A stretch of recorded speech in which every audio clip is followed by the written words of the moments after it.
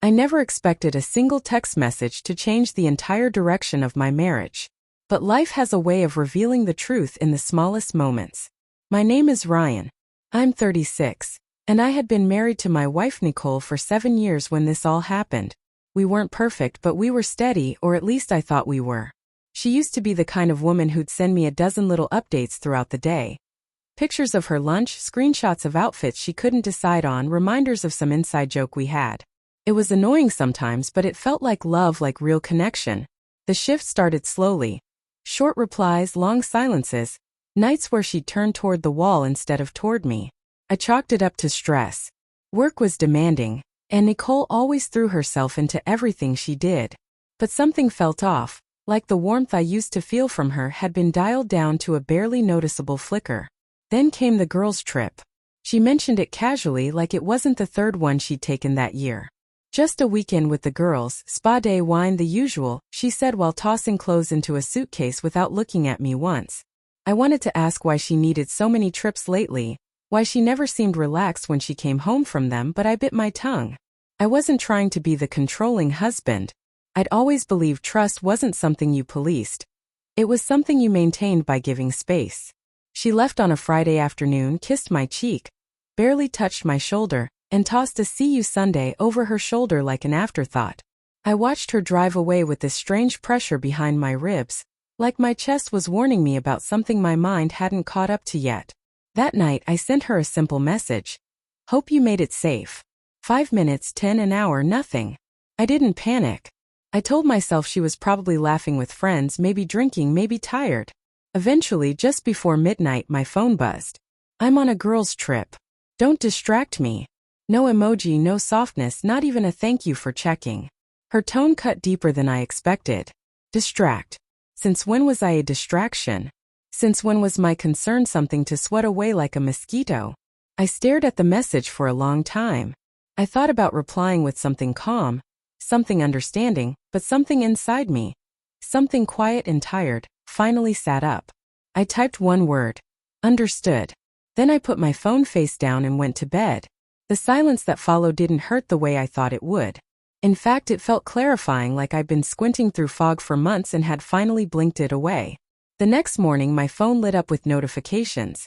Missed calls, texts, dozens, all from Nicole. Suddenly, the woman who didn't want to be distracted couldn't seem to stop reaching out.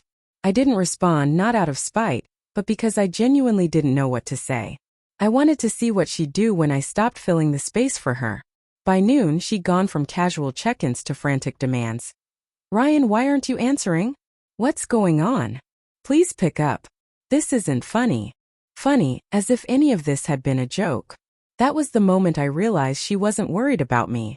She was worried about losing control of whatever narrative she'd been crafting. And with every unanswered call, she slipped a little more. Her messages shifted from confidence to panic, each one revealing cracks in the story she'd been trying so hard to protect. By early evening, she finally stopped pretending to be confused. The tone turned sharp, the kind someone uses when the mask starts slipping. Ryan, answer me right now. Why are you acting like this? What did I do wrong? Those 3 messages told me more than any explanation ever could. She wasn't asking if I was okay. She wasn't concerned about anything that might have happened at home. She was worried about losing control of a situation she thought she could manage effortlessly. For the first time in months, the imbalance between us was visible. She had been drifting, pulling away, checking out emotionally, and I had quietly absorbed it all. But one single understood had cut off the supply she'd grown used to. My patience, my reassurance, my steady presence. Around 9 p.m. she called again, the 20th missed call of the day. I glanced at the screen, watched her name flash, then disappear. The silence that followed was strangely peaceful, heavy but peaceful. The next morning, I woke up to another round of messages, but these were different. Ryan, I think we need to talk. Please, I didn't mean to upset you. And then the one that told me exactly what had been happening. I swear nothing happened last night. Nothing happened last night. Swear. 3 words I never asked for, never hinted at. Yet she felt the need to defend herself. Guilt has a way of speaking even when the mouth stays shut. I got dressed, made coffee, and went about my Saturday. I didn't respond, not because I was trying to punish her, but because for the first time in a long time I wanted clarity instead of chaos. And I knew silence had become the only honest mirror between us. By afternoon, her messages turned emotional, almost frantic. Ryan, I'm coming home. Please just respond so I know what's going on. I don't feel safe not knowing where we stand. Where we stand. She hadn't worried about that during the months she'd been absent while still living under the same roof. Sunday evening, she walked into the house 2 hours earlier than planned. She didn't even call first. Just rushed through the front door, suitcase half-zipped. Hair a mess, eyes red from crying or maybe from fear of losing something she thought was guaranteed. Ryan. Her voice echoed through the hallway. I stepped out from the kitchen, calm as ever. Hey. She froze, studying me like she couldn't read me anymore. Like she was seeing a stranger wearing her husband's clothes. I didn't raise my voice. I didn't accuse. I didn't throw anything in her face. I just stood there. The same man she'd been pushing aside for months, but finally not leaning toward her anymore. Why didn't you answer me? She asked, her voice cracking. You told me not to distract you, I said. I was giving you what you wanted. Her cheeks flushed, embarrassment first, then panic, then something close to regret. It was just a joke, she whispered. I didn't mean it like that. People don't reveal who they are when they're thinking, I said quietly. They reveal who they are when they're comfortable. She swallowed hard.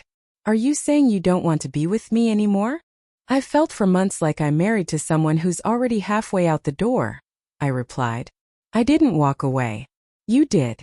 I just stopped chasing. She covered her mouth with her hand, eyes watering. Ryan, please don't say that. I didn't move toward her.